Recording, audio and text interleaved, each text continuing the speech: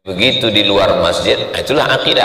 Kalau ada orang di masjid lurus akidahnya, pas masuk ke toko curang timbangan, pas bekerja di kantor curang anggaran, itu dia sama dengan memenjarakan Allah dalam masjid.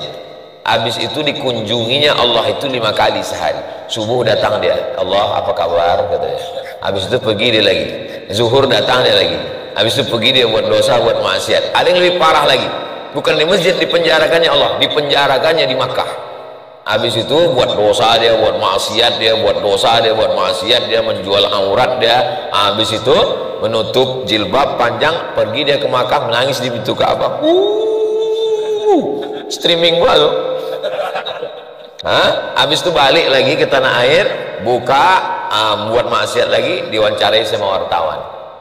Mbak, kemarin waktu di umroh jilbabnya penuh. Ini kalau ini kita profesional aja. Ini tuntutan kerja. Nanti kita kan bisa bertobat. Apa bedanya dengan Abu Jahal Abu Lahab? Memangnya ada akidah yang di luar ahli sunnah wal jamaah? Ada. Apa saja nama akidahnya? Akidah Jabriyah, akidah Qadariyah, akidah Khawarij, akidah Murji'ah, akidah Wahabiyah, akidah Syiah, akidah sekuler, akidah liberal, akidah ateis, akidah komunis. Dulu kalau ustadz melarang muridnya jangan baca buku akidah Wahabiyah, akidah Syiah, bahaya, orang langsung takut.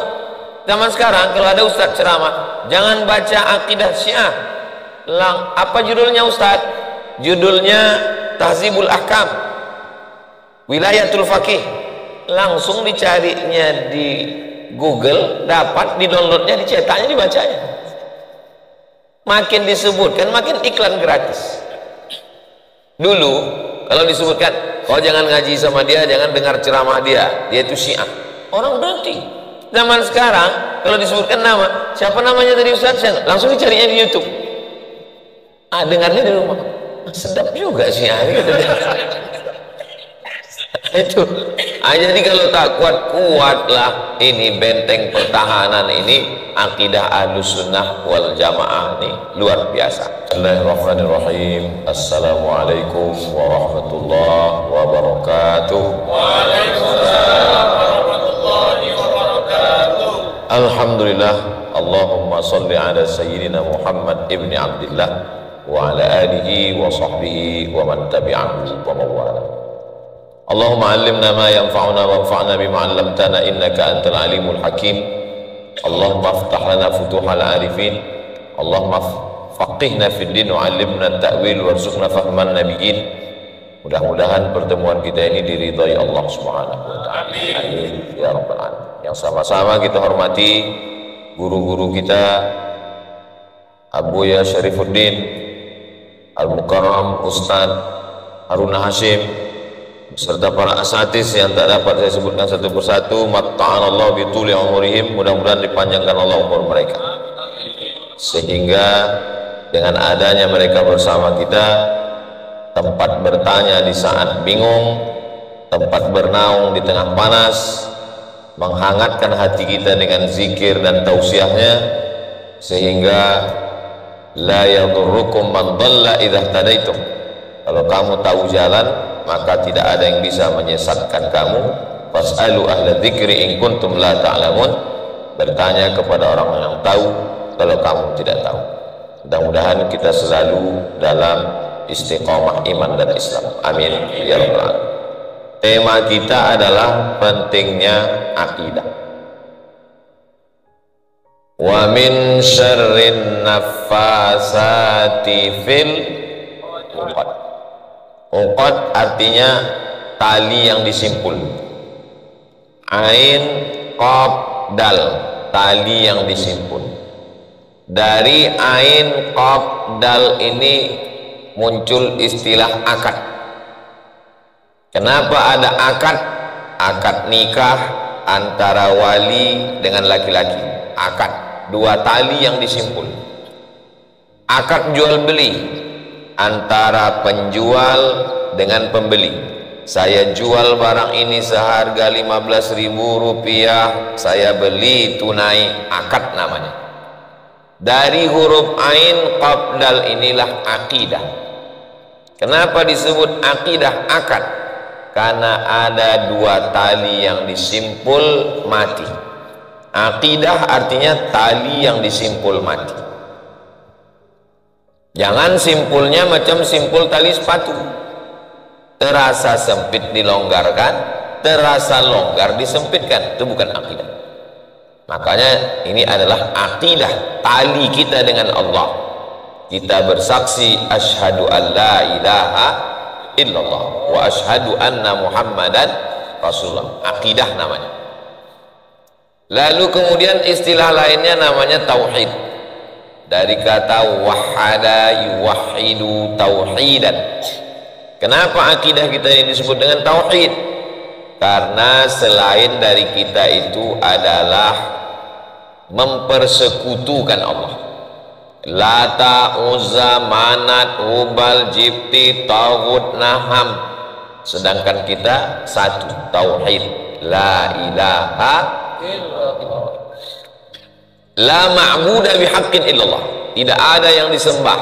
Tidak menyembah pokok kayu, tidak menyembah batu, tidak menyembah lembu, tidak menyembah hantu. Hanya menyembah Allah saja.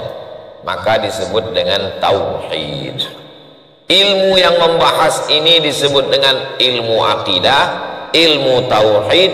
Ada satu lagi istilah namanya ilmul kalam.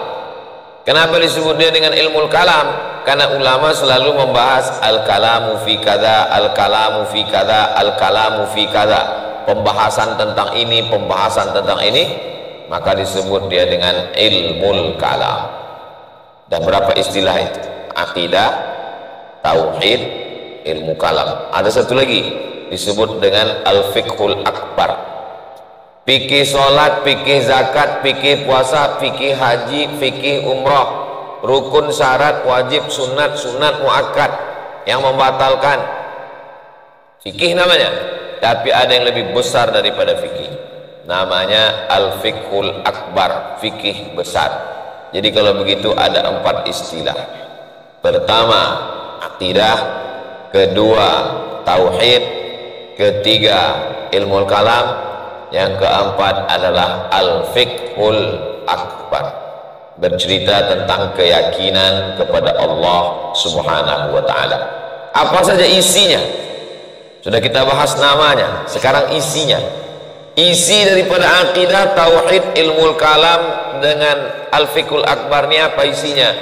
Isinya itulah pertanyaan malaikat Jibril kepada Nabi, akhbirni anil iman, antu'mina billah wa malaikatihi wa kutubihi wa rusulihi wal yaumil akhiri wa bil qadari khairihi wa syarrihi.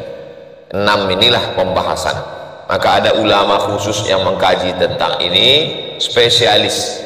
Jadi dalam Islam itu ada bidang spesialis macam kedokteran, spesialis jantung, SPOT, spesialis ortopedi tulang, SPOG, spesialis obgyn kandungan, STHT, spesialis telinga, hidung, tenggorokan. Begitu juga dengan ini, ada namanya ilmu spesialis bidang akidah. Kalau di kampus letaknya di Fakultas Usuluddin, usul, dasar agama. Di dalam Usuluddin ini ada 3 jurusan. Yang pertama jurusan al-aqidah. Setelah itu baru ada jurusan tafsir, setelah itu baru ada jurusan hadis. Jadi satu jurusan khusus mengkaji tentang akidah. Saya ceritakan ini detail, ini bukan tablik akbar, ini bukan pengajian umum, khusus supaya kita ngaji. Saya tak mau habis ini berhenti. Ini sekedar mukaddimah pengantarnya supaya tahu kita habis ini ngaji. Ngajinya kemana? Ada Buya Abdul Wahab Sinambela, ada Ustadz Haruna Hashim, yang tak saya sebutkan namanya jangan tersinggung, saya tak hafal. Maksud saya tuh habis mukaddimah ini semua komunitas-komunitas, baik kersubuhan kah namanya, infak beras kah namanya, apakah apa lagi, pasukan amal soleh, pasukan khusus, itu semuanya komunitas-komunitas ini ngaji, datang minta waktu, Buya kami mau ngaji akidah. Kitabnya apa? Kitabnya Jala'ul Afham Syarah Aqidatul Awam. Ada matan yang disusun dalam bentuk syair, namanya Aqidatul Awam. Aqidatul Awam ini disyarah, dijelaskan makna isinya oleh Sayyid Muhammad Alawi bin Abbas Al-Hasani Al-Maliki. Namanya Jala'ul Afham, ditulis oleh murid beliau. Imla yang disampaikan Sayyid Muhammad itu ditulis. Nah, maka kalau antum ngaji ini ke Buya Syarifuddin, nanti sanad antum bersambung, bisa antum ajarkan ke anak, ke istri, ke murid-murid. Dari mana kamu belajar ini? Dari Buya Syarifuddin. Buya dari mana? Dari Sayyid Muhammad. Sayyid Muhammad dari mana? Dari Sayyid Alawi. Sayyid Alawi dari mana? Dari Sayyid Abbas. Sampailah kepada sahibul matan yang menulis kitab Aqidatul Awam itu. Nanti setelah khatam antum dapat ijazahnya, lalu kemudian ijazah mengamalkannya, mengajarkannya. Itulah disebut dengan akidah Ahlus Sunnah wal Jamaah. Memangnya ada akidah yang di luar Ahli Sunnah wal Jamaah? Ada. Apa saja nama akidahnya? Akidah Jabriyah, akidah Qadariyah, akidah Khawarij, akidah Murji'ah, akidah Wahabiyah, akidah Syiah, akidah sekuler, akidah liberal, akidah ateis, akidah komunis. Dulu kalau ustadz melarang muridnya jangan baca buku akidah Wahabiyah, akidah Syiah, bahaya, orang langsung takut. Zaman sekarang kalau ada ustadz ceramah, jangan baca akidah Syiah, apa judulnya ustadz? Judulnya Tahzibul Ahkam, Wilayatul Faqih. Langsung dicarinya di Google, dapat, di downloadnya, dicetaknya, dibacanya. Makin disebutkan makin iklan gratis. Dulu kalau disebutkan, kau jangan ngaji sama dia, jangan dengar ceramah dia itu Syiah, orang berhenti. Zaman sekarang kalau disebutkan nama, siapa namanya tadi Ustaz, langsung dicarinya di YouTube. Dengarnya di rumah, sedap juga Syiah gitu. Itu jadi kalau tak kuatlah ini benteng pertahanan ini, akidah Ahlus Sunnah wal Jamaah ini luar biasa. Saya kasih satu contoh. La tataharraku dzarratu illa biiznillah. Tidak bergerak satu biji sawi pun di dunia ini kecuali atas izin. Kalimat itu bagus apa tak bagus? Bagus.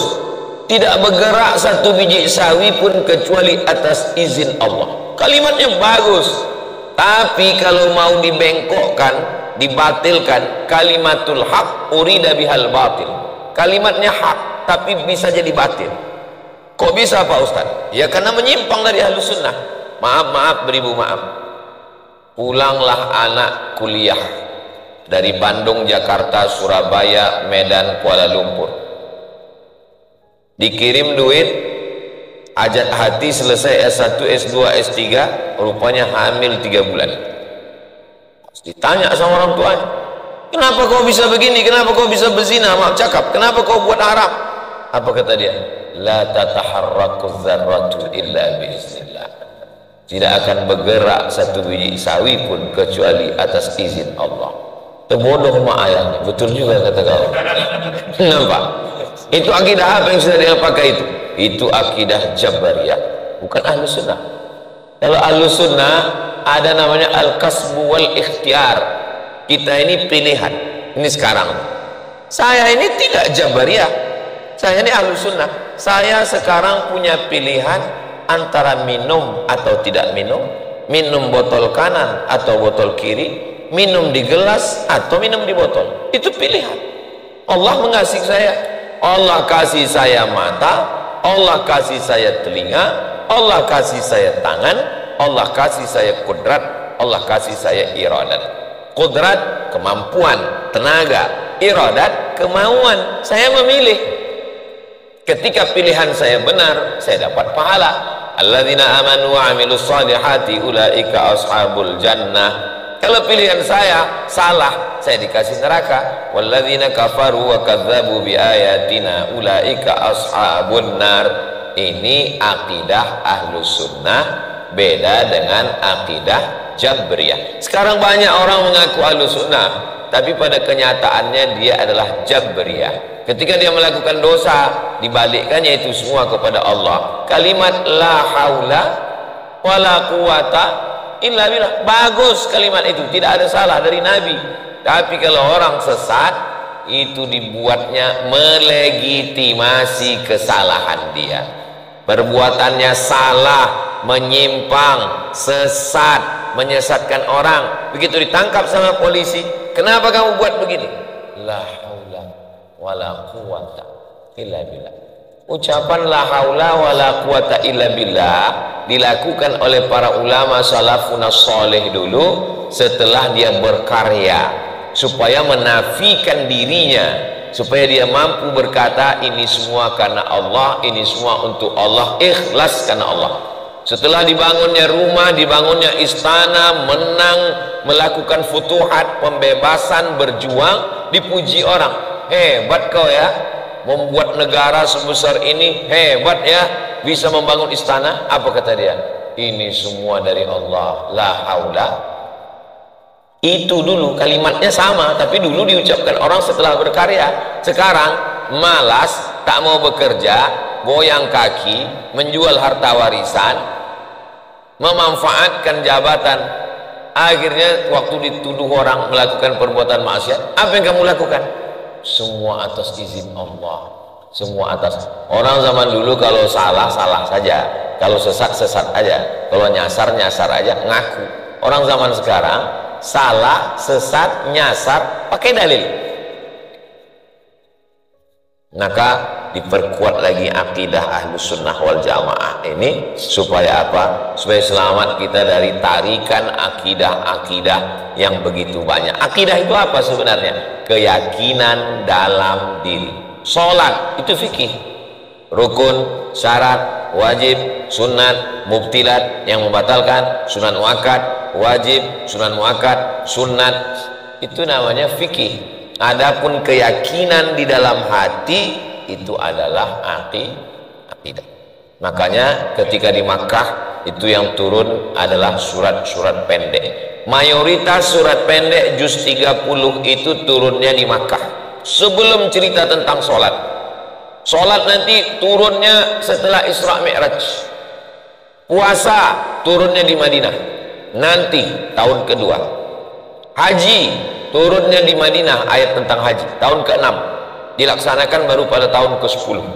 Adapun di Makkah itu bercerita tentang akidah.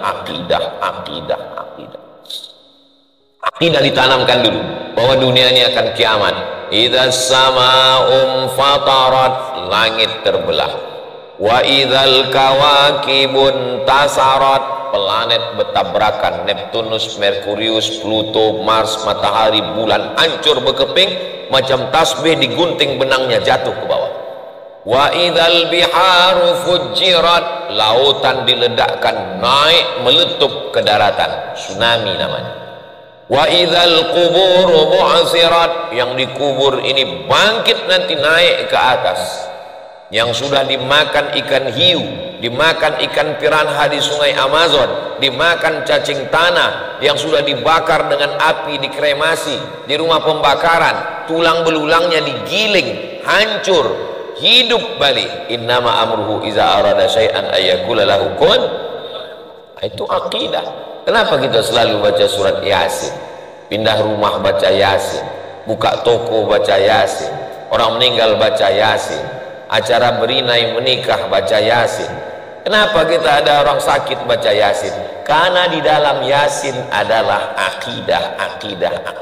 Wa in kullul lamma jami'un ladaina muhdarun, hadirun datang, muhdarun didatangkan. Nanti kamu semua akan didatangkan, suka tak suka, mau tak mau, siap tak siap, kamu akan didatangkan. Datang Asi bin Wa'il membawa tulang yang sudah hancur, kering, putih, tak nampak lagi warna daging.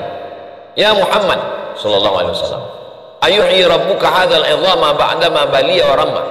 Apa bisa Tuhanmu menghidupkan tulang yang sudah hancur berkeping ini bisa hidup lagi? Nabi tak menjawab, Nabi diam. Sampai akhirnya datang malaikat Jibril membawa jawaban. Qul, katakan, qul yuhyiha alladhi ansha'aha awwala marrah wa huwa bikulli khalqin alim. Katakan kepada si Asi bin Wa'il, katakan kepada semua yang mengatakan bahwa kita kalau sudah mati tak akan hidup lagi. Yuhyil izama, dia yang akan menghidupkan tulang belulang itu. Kalau menciptakan yang belum ada, yang tak ada, yang belum ada menjadi ada sanggup, apalagi yang pernah ada. Abdul Somad pernah ada, dibuat tak ada, mati masuk liang lahat, dimakan cacing tanah, membalikkannya menjadi ada, tentu mudah bagi Allah. Itulah maka dibaca ulang-ulang surat Yasin. Untuk apa? Menanamkan akidah. Kenapa orang Islam nih Pak Ustadz baca Yasin bolak-balik, akidahnya kok nggak kuat? Baca Yasin bukan menanamkan akidah, dia baca Yasin bukan ditengoknya terjemahnya, baca Yasin untuk mengusir hantu belau. Heran juga saya, kenapa hantu itu warnanya biru, sudah disebut belau, kenapa tak hijau? Allah subhanahu wa ta'ala menurunkan itu semua akidah. Siapa nama Tuhan kita itu? Allah. Apakah ada Tuhan selain dia? La ilaha illa huwa. Apakah dia itu hidup? Dia tidak hidup. Al-Hayyu, dia maha hidup. Apakah dia mengatur hidup saya? Al-Qayyum, dia mengatur hidup saya, napas saya, detak jantung saya, buah pinggang saya, hembusan napas saya, kedipan mata saya, bisikan telinga saya, ulat cacing di dalam lubang kayu, bagaimana bumi, mana kering, mana yang basah, mana daun yang jatuh. Al-Qayyum, dia mengaturnya semua. Apa Tuhan itu tak mengantuk, tak letih, tak lelah? La ta'khudhuhu sinatun wala naum. Bupati kekuasaannya satu kabupaten, gubernur kekuasaannya satu provinsi. Kalau Tuhan itu apa kekuasaannya? Lahu ma fis samawati wa ma fil ardh. Ada yang bisa menolong selain dia? Man dzalladzi yashfa'u indahu illa biizni. Tahu dia apa yang terlintas di pikiran saya, apa yang terbersit di hati saya, apa yang ada tercakap di dalam otak saya. Ya'lamu ma baina aydihim wa ma khalfahum wa la yuhituna bi syai'in min ilmihi illa bima syaa'. Bagaimana kekuasaan dia? Wasi'a kursiyyuhus samawati wal ardh. Apakah tak sulit dia menghitung manusia dari awal sampai akhir, dari dulu sampai sekarang yang akan datang? Wala ya'uduhu hifzuhuma. Apakah tinggi dia, hebat dia, besar dia? Wa huwal aliyyul azim. Wal ali, dia tinggi, bukan dia tinggi di atas. Tinggi itu kedudukannya. Karena sekarang ada yang mengajarkan makna ali itu dia di atas, ditunjuk dia di atas. Tuhan itu di mana? Di atas, duduk di atas aras. Kalau Tuhan duduk di atas, berarti orang yang tinggal di apartemen lantai 10 lebih dekat dengan Tuhan daripada yang tinggal di lantai 1.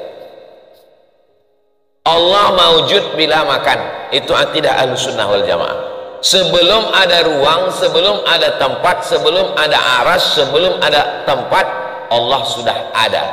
Ketika Allah menciptakan tempat, Allah menciptakan alam, menciptakan aras, dia tidak berpindah. Kalau dia berpindah berarti batal mukhalafatuhu lil hawadits.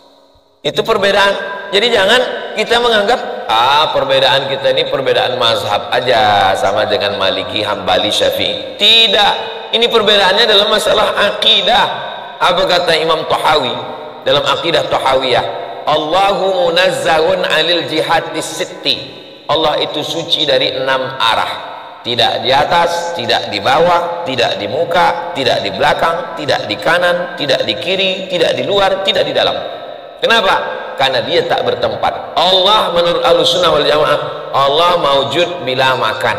Allah ada tanpa tempat. Sebelum ada tempat, sebelum ada ruang, sebelum ada waktu, dia sudah ada. Ketika diciptakannya ruang, tempat, dan waktu, dia tidak masuk ke dalam. Kalau dia masuk ke dalam, berarti dia jisim. berarti dia fisik, dia tak bisa ditunjuk. Allah maujud bila makan. Ini mesti ditanamkan. Tak selesai dengan pertemuan 1 jam, tak selesai dengan pertemuan 2 SKS 16 tatap muka, potong pertemuan pertama ta'aruf perkenalan, potong mid semester, UAS ujian akhir semester, ujian nilai akidah A+, tapi isi akidah 0 besar. Jadi akidah ini mesti ngaji. Prakteknya nanti itulah ketika sudah berada di tengah lapangan.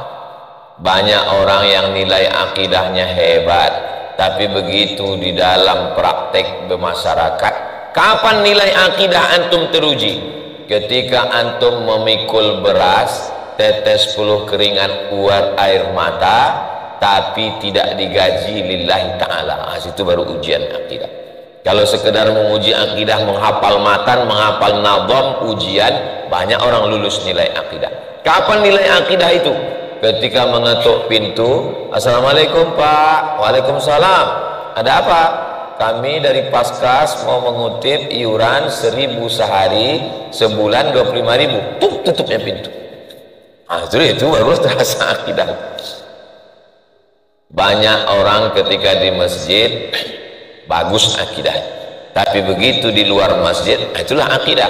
Kalau ada orang di masjid lurus akidahnya, pas masuk ke toko curang timbangan, pas bekerja di kantor curang anggaran, itu dia sama dengan memenjarakan Allah dalam masjid. Habis itu dikunjunginya Allah itu 5 kali sehari. Subuh datang dia, Allah apa kabar, katanya. Habis itu pergi dia lagi. Zuhur datang dia lagi. Habis itu pergi dia buat dosa, buat maksiat. Ada yang lebih parah lagi, bukan di masjid dipenjarakannya Allah, dipenjarakannya di Makkah. Habis itu buat dosa dia, buat maksiat dia, buat dosa dia, buat maksiat dia, menjual aurat dia. Habis itu menutup jilbab panjang, pergi dia ke Makkah, menangis di pintu Ka'bah. Streaming gua loh. Habis itu balik lagi ke tanah air, buka, buat maksiat lagi, diwawancarai sama wartawan. Mbak, kemarin waktu di umroh jilbabnya penuh. Ini kalau sini, ini kita profesional aja. Ini tuntutan kerja. Nanti kita kan bisa bertobat. Apa bedanya dengan Abu Jahal Abu Lahab? Abu Jahal Abu Lahab itu kan haji dia tiap tahun. Dari mana Ustaz tahu Abu Lahab itu, Abu Jahal itu haji? Summa afidu min haitsu afadhan nas. Bertolaklah kamu dari padang Arafah menuju Muzdalifah, menuju Mina, seperti mereka semua bertolak dari padang Arafah. Itu menunjukkan bahwa mereka dulu melaksanakan ibadah haji. Sebelum Nabi Muhammad SAW lahir, mereka dulu sudah melaksanakan ibadah. Mereka sudah tawaf, mereka sudah sa'i, mereka sudah wukuf, mereka melontar jumrah. Tapi mereka tidak berpengaruh kepada kepribadian. Maka datanglah Nabi Muhammad SAW membersihkan, mengajarkan bahwa ibadah-ibadah ini ada tujuannya. Puasa, apa tujuan puasa itu? La'allakum tattaqun, akidah, supaya takut kepada Allah. Sholat bukan sekedar tegak, rukuk, sujud, tegak, ada tujuannya. Apa tujuan sholat itu? Inna sholata tanha anil fahsya wal munkar. Fahsya tak baik, munkar pun tak baik. Tapi dua ini beda. Fahsya tak baik, hubungannya dengan seksual. Munkar tak baik, non seksual. Kenapa dibedakan, dipisahkan Allah antara fahsya dan munkar? Karena ada orang baik bangun masjid, ngasih beasiswa, orangnya baik, dermawan, tapi gatal, kena pasal 1 fahsya. Di munkar dia tidak. Ada pula orang matanya tak gatal, cakapnya tak porno, otaknya tak jahat, tapi pelitnya minta ampun. Itu kenanya di munkar. Di fahsya dia tak kena, di munkar dia kena. Ada yang kena di pangkal, tak kena di ujung. Ada yang kena di ujung, kena di pangkal. Yang lebih parah lagi, udah gatal, pelit. Itu fahsya wal munkar. Bukan berarti saya yang bercakap ini sudah bebas dari dua-duanya. Kita ini sama-sama berusaha supaya dengan ibadah, fikih, Ini sah tak sah, ini mesti pakai air, ini tayamum, ini istihadah, ini darah haid. Itu fikihnya. Tapi akidahnya di dalam meyakini Allah, bahwa kita ditengok Allah, bahwa kita dilihat Allah, bahwa kita dinilai Allah. Kalau akidah kita kuat, kita tak lelah. Maka muncullah baju kaos tulisannya lelahku lillah. Ustaz dapat dari mana? Dari Paskas di Pontianak, ditulis di topi lelahku lillah. Kenapa? Memikul beras, mengutip beras dari rumah orang, tidak digaji, membawa ke fakir miskin, berpeluh berkeringat, tidak diposting orang di Instagram, no like, no comment, no share. Tidak ada like, tidak ada komen, tidak ada share. Itu kalau tak kuat lillahnya, lelah. Tapi kalau lillahnya kuat, insya Allah lelahnya hilang, karena beramal karena Allah. Saya kalau udah cerita tentang lillah ini, yang tertuju itu bukan ke jamaah, ke hati saya. Aku jangan-jangan ceramah aku ini udah tak lillah lagi. Kenapa? Ditengok orang di TikTok, ditengok orang di YouTube. Mungkin saya kalau mati, kata malaikat Abdul Somad, ceramah aku itu udah tak ada lagi nilainya, tak ada pahalanya, karena sudah diambil oleh viewer, follower, dan subscriber. Tapi masih ada doa guru-guru, masih ada habaib, doa orang soleh, didoakannya kita tiap malam. Jangan pernah putus asa. Itu yang diajarkan Allah. Keyakinan ini tidak bisa tertanam macam menanamkan program di dalam laptop. Beli di aplikasi, beli apa namanya tempat jual aplikasi itu, beli di Play Store, langsung disetapkan ke laptop, masukkan langsung ke aplikasi ke handphone. Tak bisa begitu dia. Kita kalau sudah belajar akidah sifat 20 wujud qidam baqa mukhalafatul hawadis kiamu binafsi wa daniyah qudrat ilmu hayat sama basar kalam, dia prakteknya itu adalah dalam ibadah dan keseharian kita. Diasah dia dengan bangun malam tahajud, diasah dengan ujian kehidupan. Jadi kalau ada orang yang hidupnya berat, ujiannya datang bertubi. Dulu Pak Ustadz sebelum bergabung dengan Biker Subuhan, sebelum bergabung dengan komunitas hijrah, sebelum bergabung dengan Paskas, sebelum bergabung dengan gerakan infak beras ini, hidup saya tenang-tenang aja, nyaman-nyaman aja. Tapi begitu sudah ikut komunitas ini Pak Ustadz, sendal hilang, helm hilang. Saya yang lebih parah Pak Ustadz, bini hilang Pak Ustadz. Itu ujian keimanan. Apa yang paling kita tekuni, di situ ujiannya datang. Tengok ujian Maryam. Maryam itu bagaimana Allah menjaganya? Fakaffalaha Zakaria. Dia dijaga oleh Nabi Zakaria. Tinggalnya di mana? Tinggalnya di mihrab. Kullama dakhala 'alaiha Zakaria al-mihrab wajada 'indaha rizqa. Setiap kali Zakaria masuk ke mihrab tempat tinggal Maryam, ditengoknya ada makanan. Musim dingin ada buah musim panas ada buah musim dingin. Tidak ada satu pun laki-laki yang boleh berjumpa dengan Maryam. Justru di situ pula datang ujiannya. Bagaimana ujian Maryam? Hamil tanpa suami. Apa kata Maryam? Ya laitani muttu qabla hadza wa kuntu nasyan mansiya.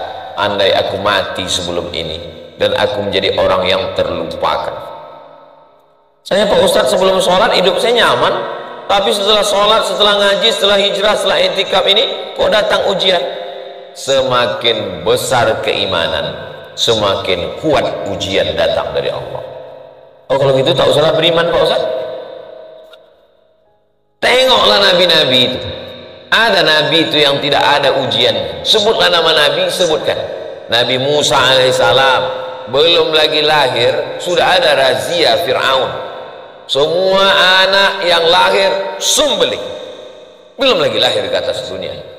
Nabi Yusuf alaihissalam, saudara kandung mencampakkan dia ke dalam sumur. Fi ghayabatil jub, masuk ke dalam.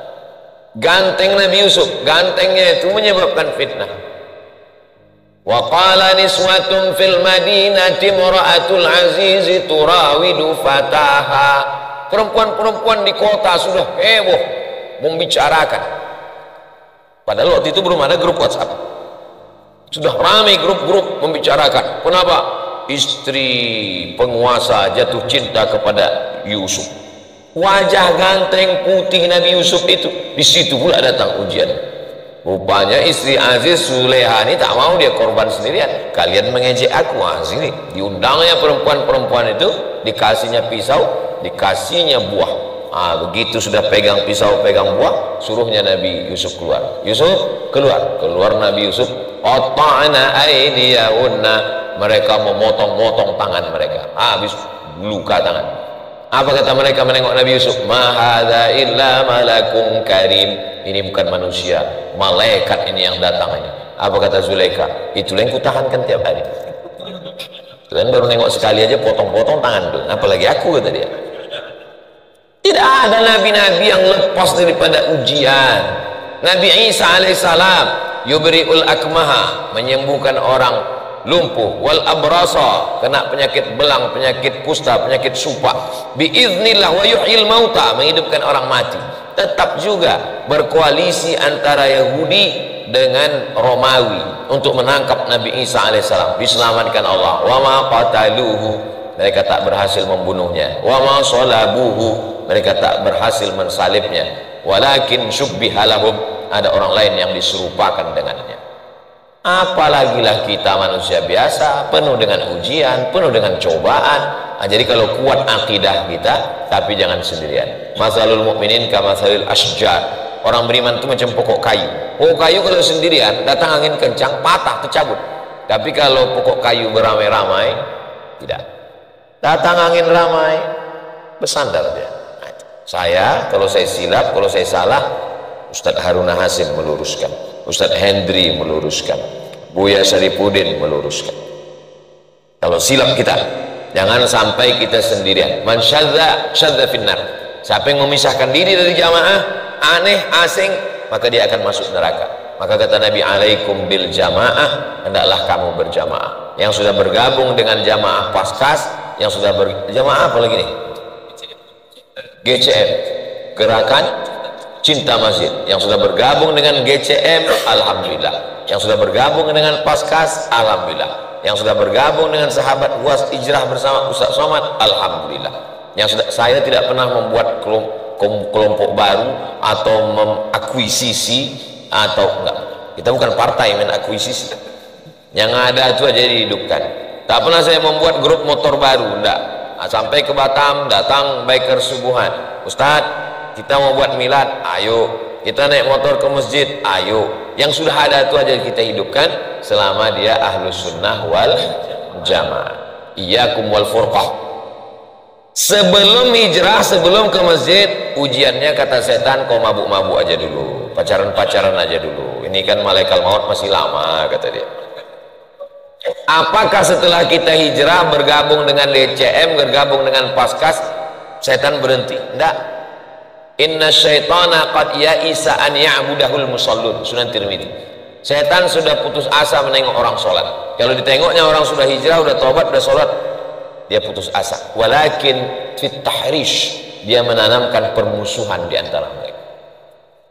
Kita membuat acara kedatangan Ustadz Abdul Somad, semuanya udah hijrah, semuanya komunitas baik-baik, tapi selesai acara satu kelompok merajuk. Kenapa? Karena logonya lebih kecil. Setan itu punya kerja.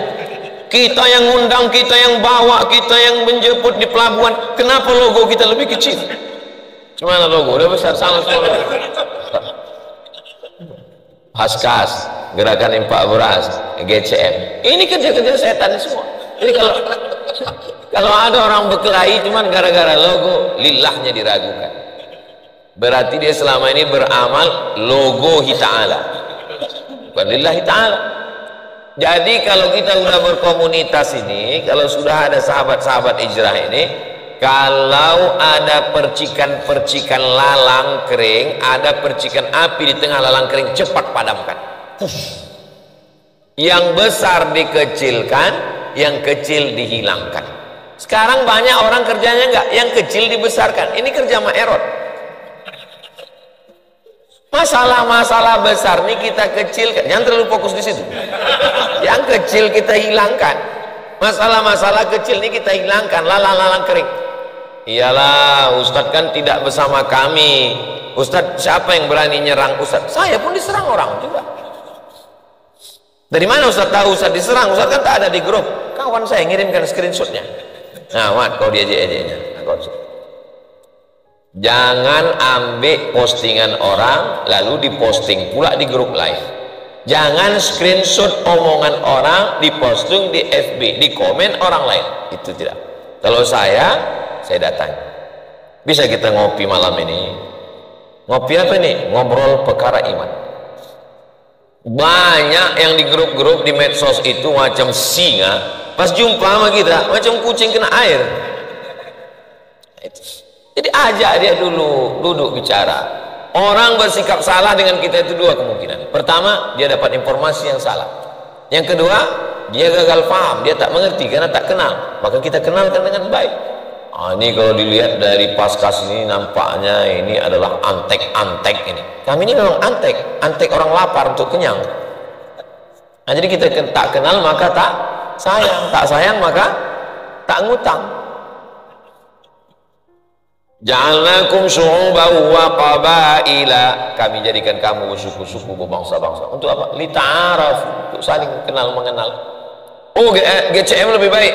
Oh, GIP lebih baik. Oh, Paskas lebih baik. Semua baik. Fastabiqul khairat. Kita ini mau ke masjid. Lalu ada yang naik ojek, ada yang naik motor, ada yang naik mobil. Tapi jangan kita salahkan kawan kita yang diam-diam. Boleh jadi dia diam, rupanya dia naik kapal selam. Masjid itu di dekat laut. Boleh jadi dia naik helikopter. Kalau kita berkelahi sesama kita, kau kalau naik ojek takkan sampai. Akhirnya kita sama-sama terlambat masbuk sholat karena sibuk ngobrol tak bergerak. Fi kulli harakah barakah. Dan setiap dalam gerak ini pasti ada barakah. Nah, jadi kalau sudah berkomunitas-komunitas, sesama komunitas itu ada gesekan-gesekan. Apa kata pepatah orang Melayu? Telur ayam disangka lagi bersentuh, apalagi hati manusia. Saya disampaikan tadi, maklumkan Ustaz sampai jam 11 aja. Pas jam 11. Memang rimnya agak mendadak sedikit. Intinya adalah jangan cukupkan sampai di sini. Saya minta supaya nanti komunitas GCM dengan GIP Gerakan Infak Beras dengan Paskas ngaji baca kitab dengan Buya. Mintakan kitab Jala'ul Afham Syarah Aqidatil Awam. Bisa beliau seminggu sekali bagus, tak bisa sebulan sekali, tak bisa sebulan sekali sudah mantap sudah. Ngaji supaya kuat akidah ini, karena kalau tidak hancur kita. Semuanya berawal dari akidah. Ibadah melayang, akhlak yang bagus terbang. Lain asyrakta, kalau sampai kau syirik, la yahbatanna amaluka, hilang semua amal. Mudah-mudahan kita, anak cucu kita terjaga dalam akidah ahli sunnah wal jamaah. Itulah sebagai pengantar dialog, sebagai pengantar belajar akidah supaya lebih kuat, lebih yakin. Adapun nanti untuk minta videonya, untuk mengajak kawan-kawan, nanti kami buatkan. Kirimkan aja ke Ustaz Endri apa kalimatnya, nanti saya akan buatkan. Bapak Ibu dimanapun berada, kebetulan yang ada di Kepulauan Riau, di Kabupaten Karimun, hadiri kajian akidah bersama berbagai komunitas Jala'ul Afham Syarah Aqidatil Awam bersama Abuya kita. Setiap ingat hubungi nomor kontak berikut ini. Semakin banyak anak muda yang ikut, semakin banyak yang terselamatkan. Kalau bisa dari awal kajian direkam, ngaji tak lama, 30 menit 45 menit, habis itu tanya jawab terkait dengan akidah, lalu kemudian direkam. Nanti hasil pengajian itu ada satu yang menuliskan. Tak bisa menulis sekarang, ada itu aplikasinya yang bisa merekam, keluar tulisan, tinggal di edit, lalu buat syarah Jala'ul Afham. Jala'ul Afham itu sendiri sudah syarah hasyiah Jala'ul Afham Syarah ala Aqidatil Awam.